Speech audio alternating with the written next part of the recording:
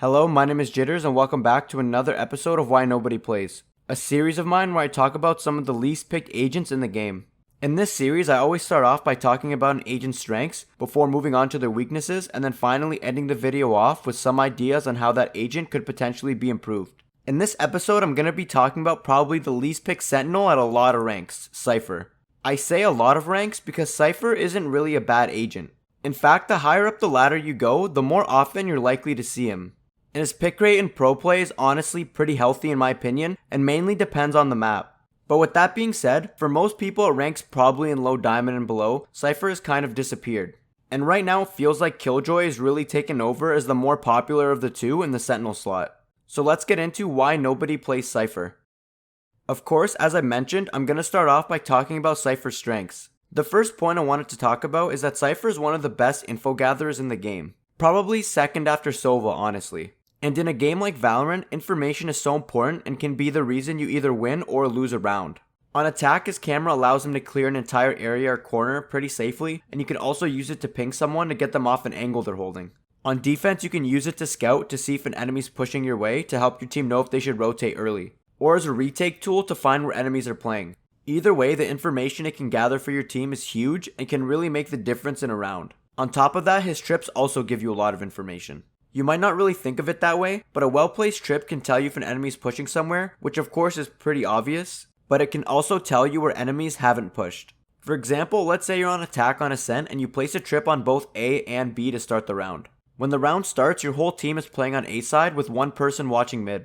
If your team decides to rotate and your trip isn't broken on B, you can be pretty sure that an enemy is not pushed up and can rotate safely and quickly with your knife out. Here's another example. There was this one round I had on Haven where I was playing A and my team lost B, so I pushed up and got to B window thinking the enemy team would plant on B. But instead they decided to go A, and as my team came in from CT, I noticed that my trip was still up on A long, so that meant that the only place the enemies could have gone was short. This information won my team the round because one trip effectively cleared an entire part of the map for them and lowered the number of angles my team needed to worry about.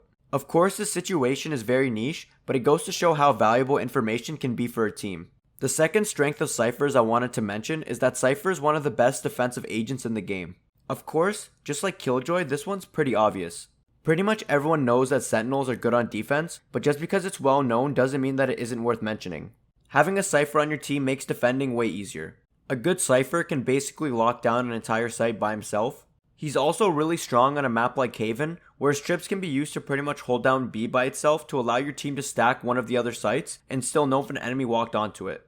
The last big strength I wanted to mention is that Cypher doesn't suffer from the same issue as Killjoy of having a max range on his abilities. This is great for a couple of reasons. For one, it allows Cypher to easily rotate to other sites without having to worry about his utility turning off. This is great because his util can always kind of watch his site for him even after he leaves. This can help protect against lurks or even if the enemy team ends up rotating back towards your site.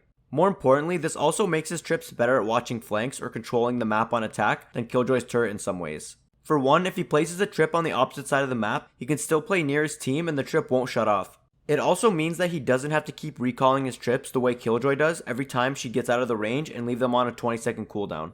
Not to mention that recalling his trips also doesn't even put them on a cooldown at all. A thing I did want to mention though is that if the enemy team has someone like an Omen or Jet, they can get past your trips, which is why Killjoy turret can sometimes be better for watching flanks. So they're not better in every way. Anyways, that's all for Cypher's strengths, and as you can see, there are definitely a lot of great reasons for wanting to play him, which is why he still does see a good amount of play in higher elos. But there has to be a reason why he's not played so often in lower ones.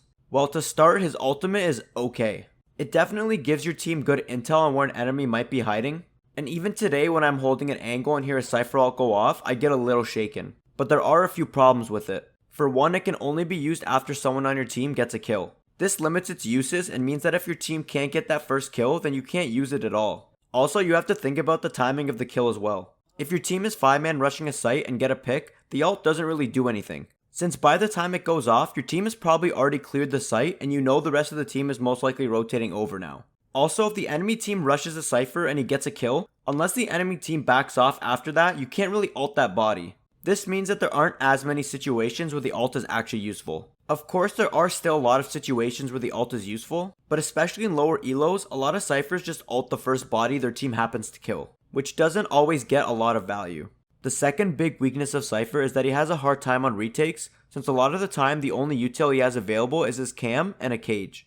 You usually place down your 2 trips and at least 1 cage for your defensive setup, so this leaves you with not that much to work with when you rotate. We talked about this point in my Killjoy video, but I think that Cypher has it even worse.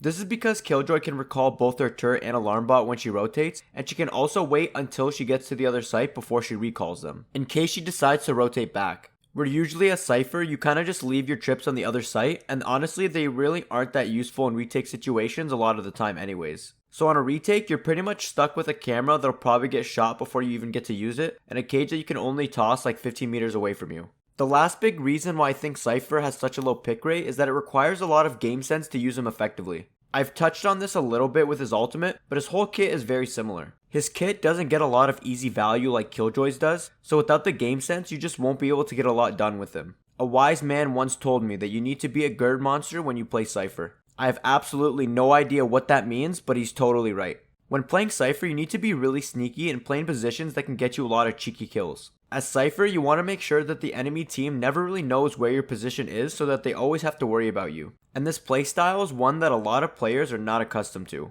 Also, since your trips can be easily destroyed, you need to be able to switch your setups often and know how to play around them.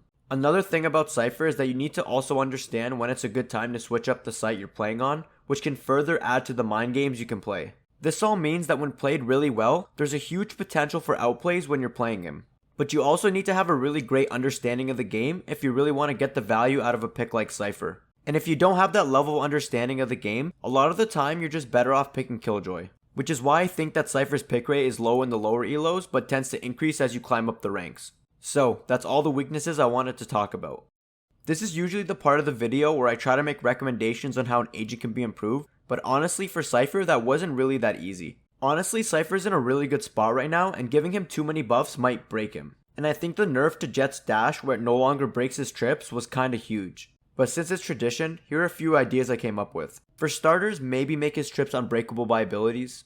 I'm pretty sure right now the only agents in the game that can break his trips are Yoru's Footsteps, Sky's Dog, Sova Drone, and pretty much all of Raze's utility. And man, it's so frustrating having your trips broken by a nade or a blast pack. Maybe still let the Boombot, Footsteps, Dog, and Drone trigger them, which would still keep some counterplay to them. Especially if Yoru ever gets a buff where his footsteps are as tall as an agent.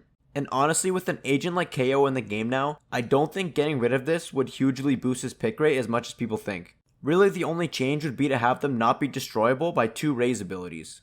Another change I think would be good would be to increase the length of his cages by a second or 2. This seems kinda minor, but sometimes that extra second of cover could mean the difference between surviving and not surviving. This would also slightly increase his ability to stall and sort of mitigate the mistake of players activating them too early. I don't think that this change is crazy and it might help him just a little bit. Finally, I can maybe see the cast time on his ultimate being decreased. Right now it feels like when you ult, you need to stand around and hide just a little too long while it's going off. Maybe if the cast time was decreased by like a second or even just half a second, it would feel just a little bit better. I don't know, these are the ideas I could come up with. They aren't that crazy except for maybe the tripwire one, but I really don't think he needs to have any major changes done to his kit. He feels really balanced to me, but you guys let me know what you think. Anyways, that's all for this episode of Why Nobody Plays. Please, if you agree or disagree with any of the points I made in this video, please leave a comment letting me know. Also, if you enjoyed the video, please leave a like and subscribe for more Valorant related content.